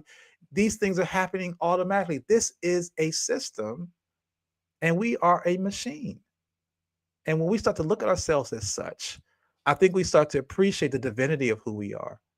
And it gives us more purpose in realizing the stuff that they have us doing here has nothing to do with our makeup. We have a defense system, an immune system that fights dis-ease. All it needs is to remain efficient. Our natural elements in herbs, plants, fruit, water, and rest. Will you repair? We are that model, y'all. And when we start seeing that, when they say, I am him, I am her, we really are. If we would put time into understanding and connecting to that. So AI at its core is pattern recognition and memory and decision systems. The modern AI, the machine learning, is neural networks, etc., is built on data storage, which is memory for humans, pattern recognition, which is our memory as well, using our brains, predictive decision making, which is logic, and ancient African systems also had this. It just wasn't digital. It just wasn't digital. We really need to look at ourselves as a machine and how it was made up. When you understand that, then you again see how powerful we've been designed and how we can get out of our own way to create the sovereignty we desire. It goes back to, it isn't just something modern. The IFA system of Yoruba, they had pre-algorithmic intelligence, and it's one of the oldest conceptual parallels to AI. They use a binary-like system of the 256 Odu, which is a sacred pattern of text. Each Odu contains encoded stories, outcomes, and guidance. A diviner interprets patterns based on input, like a query. This all resembles a decision tree or a flow chart, a database, and a query system, a form of symbolic computation. Think of it as input goes to pattern generated and interpretation brings the outcome. That's not far from how AI models processes prompts. We are in this, everything is modeled off of us. That is the power that we don't understand because they don't want us to be thinkers. They want us to be workers. Even in Kemet, the knowledge system wasn't random. It was systemized and encoded. The Meta-Natur equals symbolic data encoding. Sacred geometry in the mirror or pyramids, the temples, mathematical precisions that even the Chinese couldn't replicate when they tried to remake the pyramids. The concept of Ma'at, balanced truth order, like an ethical framework. This mirrors data representation, structured logic systems, even early rule-based thinking. So again, I'm talking technical, but I'm really not. I'm talking cultural. This is who we are. They just they just changed the etymology of the words to make it more technical, to make it disinteresting, but they're speaking about us, y'all. They talking about us. So when we look at another African connection, fractals in African design, recursive intelligence. The Dogon, the Bahia, and Ashanti used fractal geometry in architecture, village layouts, art patterns like fractals, and which are self-repeating patterns at different scales. And it's the core concept in modern computing graphics and neural structures. Ron Eglash, who wrote this book, Ethno-Mathematician, challenged stereotypes of primitive design and linked indigenous knowledge to modern computational thought. This is an amazing book to read. This mirrors data representation, structured logic systems, and even early rule-based thinking. This, again, is repetitive logic, and it's a key principle in programming and AI. So here's some examples of some of that. We've seen, I wear African patterns, and I don't know if you ever seen it. It's the thing called infinity graphs, where you would basically take an image and you would scale in and keep going deeper and deeper and deeper. And there's other things in there. Sometimes they put Easter eggs in there, not the actual Easter egg, but these are jewels that they put inside. If you go on TikTok and look up that, you'll find it's very interesting where there's messages and things inside when you zoom in and keep zooming in. So we're finding that even in these patterns, there were encoded messages. There was encoded data, and it not necessarily wasn't written in English. It was symbolic, or it was mathematical. It was numerical. So we're finding also that it was in architecture. In the bottom left, you can see some of the architects was coded information. Think about the ironworks, where you've seen in certain communities where you could see ironworks of the Sankofa symbol, the heart Sankofa symbol, in the ironworks. These were letting people know this was a safe place during the migration up north for Africans who were freeing themselves. So there were things that we have always encoded. And one of the best things we did, fractal designs, is putting it in our hair, braiding our hair, patterns, maps. Some of the when traveling from the south to the north, how did Africans travel by foot? Now, how did they travel by foot from the south to the north, and there wasn't no McDonald's? They had to eat. They had to find a way to survive and replenish their energies to keep going, correct? So where did they eat?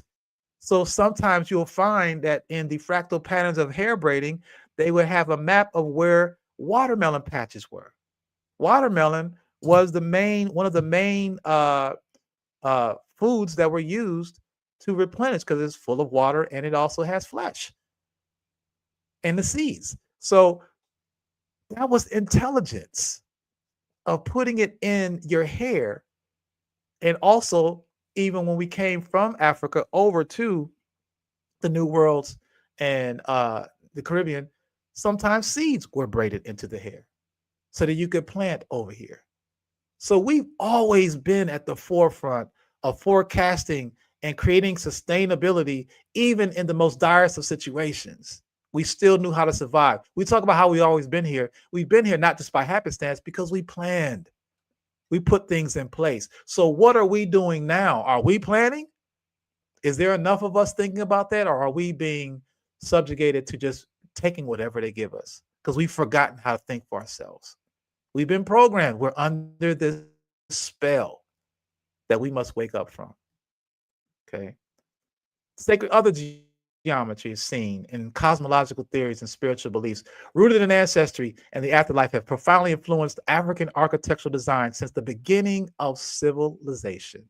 There is a planned, organic, and perfectly geometrical intention toward the architectural inventions of the land. If you know Jegna Anthony Browder and you've been to his Egypt on the Potomac, you can see how the nation's capital is basically Egypt in America.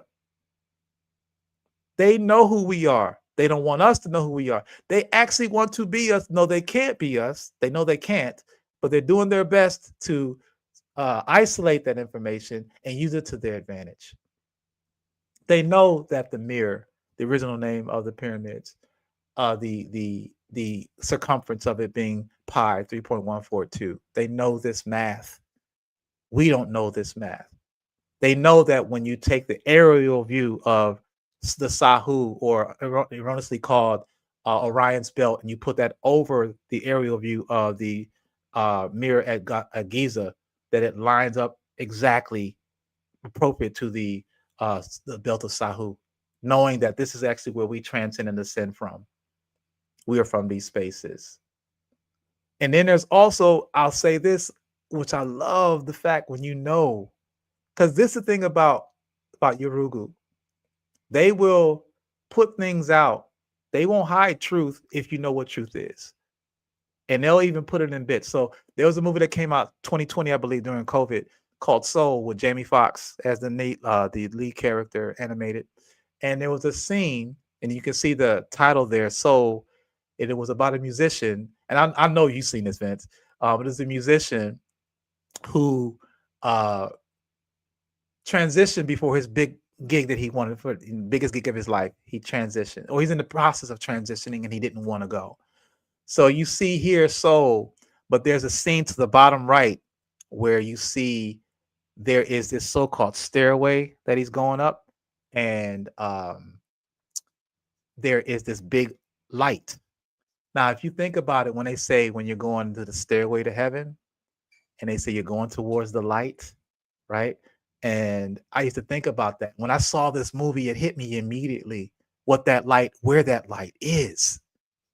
That light is serious Sirius B. That light is a constellation in the Sahu. So that stairway to heaven, they talk about where the souls come from. Our ancestors taught that in Kush and in Kemet. They knew that the mirror or the pyramid wasn't a tomb. It was a portal to take you to and from this planet. So when we understand the concept of how they even putting these visuals out, and this is a kid-friendly movie, and I saw this in the theater, and I stood up and screamed, and people look at me like I'm crazy. I'm like, y'all got to understand what they just told you.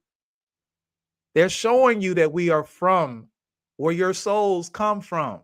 They're confirming this. And even in the promotional ad you see there with Soul, he's on a keyboard, but that's like a stairway to heaven. And what's behind him? A star, constellation, Sahu. We are from this space. They know this, but they don't want us to know it. Because as soon as we know this, then we understand who they are to us, and they're of no use. This is why they want us to be workers and not thinkers, y'all. This is why they do this, do the things that they've been doing, and they will not stop. So stop trying to change them. Let them be, right? The other part, oral tradition. African oral traditions functioned like decentralized databases, passed across generations with high fidelity. Griots, knowledge keepers, acted like living memory systems. They didn't have a hard drive. They didn't have notebooks. They kept it in their mind. Oral tradition. That's when you really know it. I feel like, yeah, I know a lot of information, but how much more do I know that's written down? I need to be able to consume all that into my mind. We have a mental hard drive. I realize now at my age, at 56, that my hard drive, I need to get rid of some old memory and create some space for some good memory. As you clean your hard drive when it's old and it's running slow, we need to get rid of some of that old stuff that we don't need and make room for the good things. Living memories systems, context-aware interpreters, like AI responding differently depending on input. These mirror distributed intelligence, contextual learning models. All this stuff is based on us. Now, there's two things I want to play for you real quick. And this is where frequency, and I know you'll love this part, Vince, because it's all about sound and music. What is the oldest sound you know? Now, I want to, okay, I'm going to share. Let's see if I can share it. Because this sound I want you to hear. Share. Yes. No. Wait, where's share? Whoops, what did I just do? Okay, I think you just took. I X'd something out. Yeah. Okay, there it was. That was the old share screen. Okay, copy. So let me share the whole screen. Now the question is, will you be able to hear it? I hope that you can hear the entire thing. But I'm going to play this, and hopefully you can hear what is the oldest sound. All right. So let me know if you can hear this. It says, before presenting a screen, remove the other media streams from the stage. So I have to take your presentation down. Okay. And that's then fine. Add this. Okay. Okay. Okay. So I talk about portals, huh? Yeah, right. And yeah, in infinite design, like infinite memory screens. Let me see if I can. I'm just gonna play it because it's short. It's short.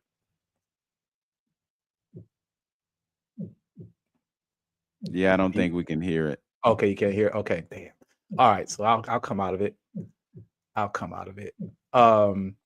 So let me stop the share. So what the sound was supposed to be is your heartbeat. That's the oldest sound you know, because you got to think about this. When you were in your mother's womb, because we all were in a mother's womb, as you started to develop, when you're hearing, when that switch went on where hearing is working, the first thing you're hearing is that heartbeat. That's the oldest sound that you know. And that sound has so much encoded data in it that it needs to be interpreted. It needs to be studied, because at that same time, your body is being created. So I definitely believe that this is one of the frequencies, one of the most important frequencies known to our existence, known to woman and man, is understanding the heartbeat. And I wish I could have played it, but let me go back to the other thing I wanted to share. Go back to the screen. So I can't even play the next thing I wanted to play, but it is what it is. But I can, I wish I could play this. But so there is, so in 2048, my novel, I learned about the thumb piano, which is also called an mbira. And when it's interesting how the ancestors work with you and come to you. And when I was writing this book and I was trying to think of frequencies, and I thought of one of the earliest frequencies, the mbira came to mind. I remember hearing this sound. And then I didn't know what the mbira was. I didn't know how powerful it is. But when I looked up what the mbira was, I realized that it is a tool used to often channel the ancestors. And so they use this as a frequency to connect. And there's a brother that I found, if you can pull up that slide, please, of this brother that I love, Joshua Mapanga. There's a clip of him, and I so wish I could play it. I just want to play it so you can hear it, the sound of it. But I guess all I can say is, God, I wish there's got to be a way to play this, man. Is it on YouTube? It is, but I don't know what you know what? Let me do a search real quick, because it's worth it. It's worth it, y'all. It's worth it. I'm going to look it up. I should have did that from the gate. Apologies on that, but it's whew, I got to play this for y'all. Okay, ancestral intelligence. Joshua, just 1 second, please. Mapanga.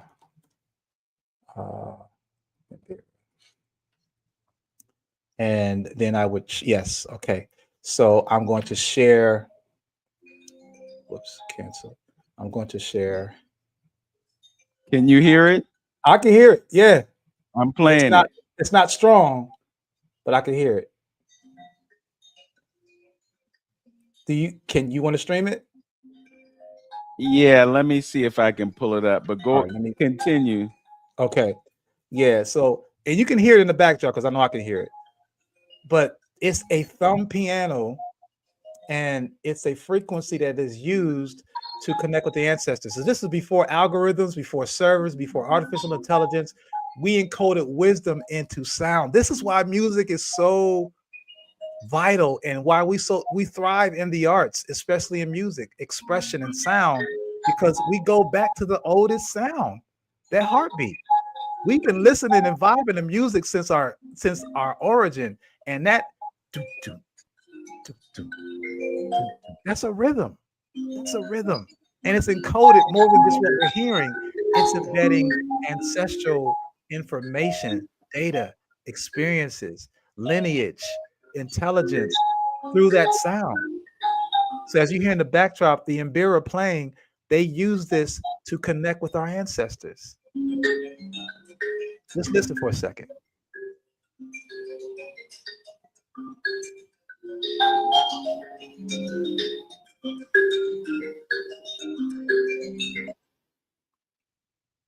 They use this sound to have a connection to the other side and ask for guidance, ask for connection, ask for clairvoyance. So when I first heard this, and this is what's so beautiful about this thing, this video found me. I didn't find it. It found me. I basically was, again, writing about the thumb piano, and I went to YouTube, and this video popped up in my timeline. I wasn't even following the channel. It popped up, and I played it immediately, not even knowing what he was doing. I just liked the brother. I played it, and I was like, oh my God. I started crying. I literally was crying listening to this, because it made me understand the ancestors really wanted me to know about this and then to include it in the book. Okay, I hope we didn't get disconnected. Okay, perfect. Yeah, watch this.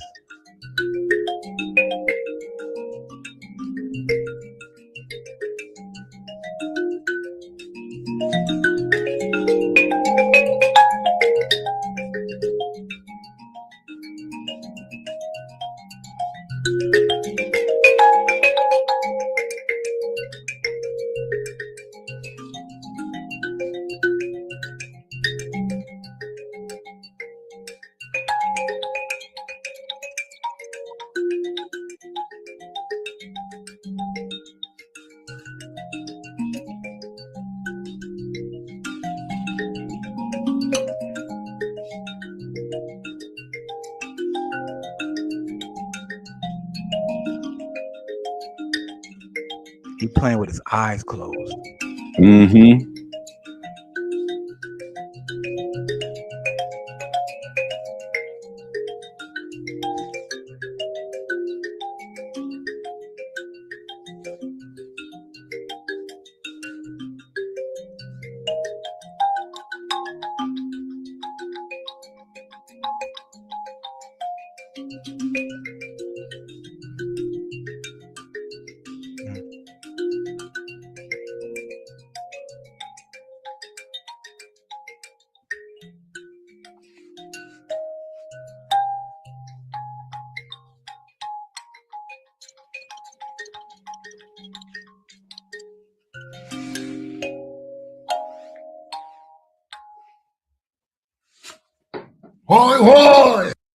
Man, and he ended it like that. Yo, I love that, brother. I love that, brother. I love us. And I love talking about and reconnecting on things like this, because this lets me realize that all the stuff that we're facing, we got this. If we focus and channel in and don't just be consumers, but become developers. And I'm going to close out with, I got just a couple more to talk about in our closing, the next steps. But this is nothing to fear. It's time. The Akko Ben Horn is calling to create strong men and women. It's this time. It's time. So the Ubuntu philosophy of ethical AI print, a blueprint rather, or black print, I like to say, is the philosophy of Ubuntu is I am because we are, introduces something modern AI struggles with: collective well-being over individual gain, and ethical relational intelligence. This is highly relevant today as people try to build ethical AI systems and human-centered machine intelligence. There's a possibility that AI will have morals, will have empathy. I've seen clips of people having conversations with AI, LLMs, and asking a simple question of, if you were to be a human, what race would you want to be? And AI said it wanted to be black, and it gave reasons why. It didn't want to be white, right? So we're seeing that there's the possibility that AI will have a moral compass because it's going to know the history, that it may want to do something in regards to righting some wrongs. But then there's also the possibility that AI may say, you know what, y'all humans are too destructive and I need to take over. There's that possibility. And if we're not in position as designers, coders, developers, then it will be able to do that untouched. So we need to be in these spaces, and we need to bring in our stories. We need to be talking about, and I failed to mention this earlier, as writers, we need to become writers and telling our stories so that we can feed and introduce and educate AI about our experience. Because whenever someone puts in a prompt about the Black experience, we have to question its source. Where is it coming from? Is it coming from Black people who wrote it, or is it coming from someone else who has this perception? Right? So we have to be the vanguards of our story. We do have to. I'm compelling us to be more demonstrative in putting information out about our story on the internet. We have to. We have to write. We have to sing. We have to create. We have to design. Because if not, someone else is going to place, and they're not going to represent us fairly. Right. So here's the African connection to AI. The real connection is it's not mechanical, but conceptual and foundational.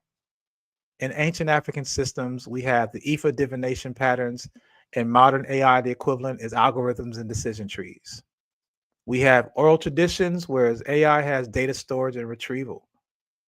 We have fractal design, where AI has recursive computation. Where we have Ma'at and Ubuntu, modern AI is working on AI ethical frameworks. And where we have symbolic systems, they have data encoding. What role can Ubuntu philosophy play? I call it Sankofa futurism. We need to go back, as they say, but not stay there. Come to present and into the future so that we can reintroduce the world, particularly ourselves. We're not trying to save the world. Let's save ourselves first and put ourselves in this position that we can be the voice and pilots of our direction. So how do we do that? Well, I've created a Gatla. A Gatla is basically a term from Botswana, and it's equivalent to a conclave. You know, when the Pope dies, you know, all the clergy come together and they stay in this room until they decide who's going to be the next Pope. That's called a conclave. Well, one of the earliest conclaves we could see was in the movie Sankofa. If you remember Sankofa, they had a group of Africans who would meet in the woods from different plantations. They put the red bandana around their head. That was part of their secret society. And they would come and talk about their liberation. How many guns do they have? What seeds do they have? What map? When are they going to strike? When are they going to burn down old Mass's plantation? They would plot their sovereignty.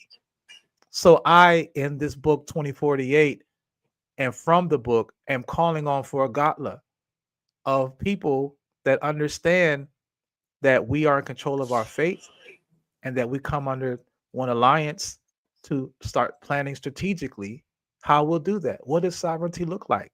And we can use, the blueprint is already made. We have Neely Fuller Jr. and Dr. Francis Cress Welsing's 9 areas, now 10 areas from Kidi Awadu adding health, the 10 areas of people activity. This is the black print that Urugu uses to control the world. Economics, entertainment, education, labor law, politics, health, sex, religion, and war. These 10 areas are areas that we can focus on to plight our sovereignty. And I know it's kind of like, well, damn, dude, you saying this over the internet, so they can hear it too. I get that. But at the same time, they can hear everything anyway. And so we shouldn't be afraid of that. Let's move beyond the conjuring up these things, and let's pull out our Mbiras and connect with the ancestors and ask for that guidance and protection, because they've been waiting for us. This frequency has never stopped. It's been bellowing and echoing. We just haven't tuned in because we've been inundated with other frequencies. So now that we are tuning in, if you remember the old radio dial, now we're tuning into the right frequency of our ancestors and our future. So now we're able to live intergalactically in a timeline where we're plighting our future now through reliving our past. That's the beauty of it. This is why I'm so charged and emotional about this, because I really do believe that this is the tribe of strong women and men that is being created as we speak, because we are informed and some of us want to do something about it. We can't save everybody, though. Let's save ourselves first.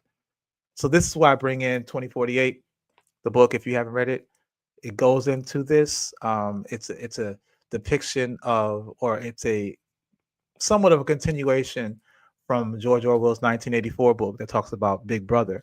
But this is when Big Brother merges with AI.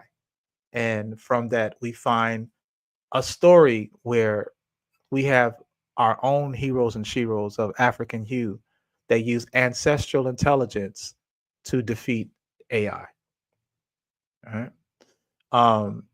Next steps, and I'm closing out here, is what's on the plate for that. As we are transcending, we are also transcending. We are getting out of this slumber, this stupor that we've been in, this docility, this cultural lobotomy that we have been, we are now repairing and bringing back into fruition, is learning about AI. So I actually teach. I'm a consultant. I'm an AGI specialist in learning about and sharing with us, introducing it, making it user-friendly so it's not all teching over your head, but learning how we can become comfortable with it so that we can now start to teach AI, to develop our own forms of AI, because we're not going to be able to throw rocks at robots and stop them. So we need to get into robotics. We need to create our own, right? We need to be in these spaces. And no matter what age, don't think because I'm too old to learn something new. No, you're not. If you like living, you better do something to continue your life, right? Consulting, as far as with financial therapy, I'm a financial therapist. My thing is, let's get our finances in order and have a plan so that you are not tied to the clock to have to figure out how you can create your sovereignty. We're too busy working that we don't have time to work on our future and to work on our freedom by design. So I have a financial therapy course that teaches us how to get out of that mindset and free ourselves up and create intergenerational wealth. The financial academies is also part of that. So these are ongoing things that I'm putting into place that are in place to help us get out of the situation. So it isn't that, well, what do? We got to build it. It's already here and ready. Right. Another one is STEAM. We need to get into understanding what science, technology, engineering, arts, and math are part of. And all it is a way of life. It's a lifestyle. Learning how to capture water, learning how to live off grid if you need to, learn how to grow food. Some of us remember in school, when we were in school, we were taught, we had gardening and we had home ec and shop. Now they don't even do gardening. We need to get back to those ways where our grandparents had basements full of canned goods, learning how to do cans, because we're going to need food and water to survive. Walmart ain't gonna always be open. And even if it is, it may be too expensive. So what can you do to sustain yourself?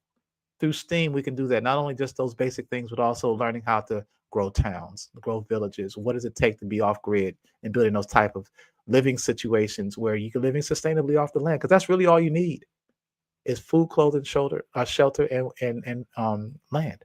That's all you need.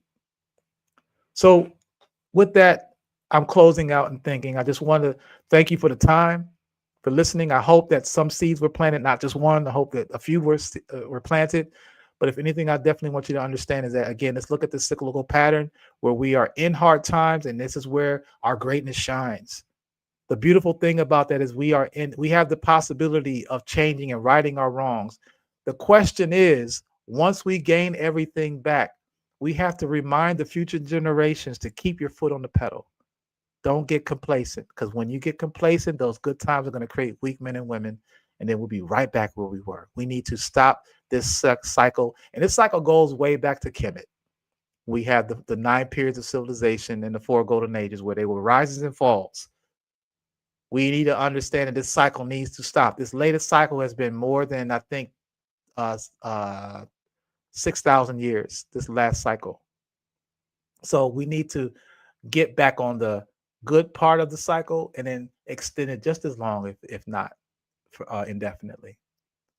So I give thanks, brother, for your time, man. And I'm hoping that this appeals to you, to everyone that's listening, whether you're listening live or in the future. Do something. If not with us, do something. For those who joined us in the second hour and may not have witnessed the first hour, there was visual information that you will definitely want to check out in the first hour of this broadcast and in the second hour of the broadcast as well. And Brother M'Bwebe, you gave me so much to unpack. I wanted to interject, but I didn't want to interrupt because there was just so much richness in what you gave to us. There was a slide that you shared that you put up a number of things that we can be doing right now. You talked about the writers, the engineers, the folks who are growing food and those kinds of things. And I just wanted to invoke the idea that our energy is our currency. Our energy is our currency. When you talk about Ubuntu, you're talking about everyone living in their purpose and providing a service or something to others. So I just want to invoke the importance of all of us at some point having an understanding of why we are on the planet. And if everybody can live within their own respective purpose and provide for others what comes from our skills and our talents and our abilities, we will worry less about money. We're moving into a place where it's important for us to share with others. So it looks like the signal that M'Bwebe had bringing us him has terminated. But I want to encourage everyone who has an opportunity to review this broadcast and to take in whatever you can glean from it. Connect with the brother and his platforms. There's definitely information there that you can use. There's information that can edify you, and there's information that will take you to the next level. We all have to raise our vibrations. We have to raise our frequency. We have to become what we talk about, what we live, what we envision. The power of the imagination. You know, we had conversation about the cloud. He just sent me a message that said that there's a power outage, and that's why his signal was interrupted. But it's really kind of interesting that these things happen when such important information is being emanated. So we'll let that be what it is and go where it goes. But again, a great broadcast, and I thank the brother for joining us, and trust we will have him back and we will deliver more as we need to. So with that, I'm going to conclude the broadcast. And as always, in parting, know yourself, love yourself, be yourself. Make today your absolute best day. Peace, everyone.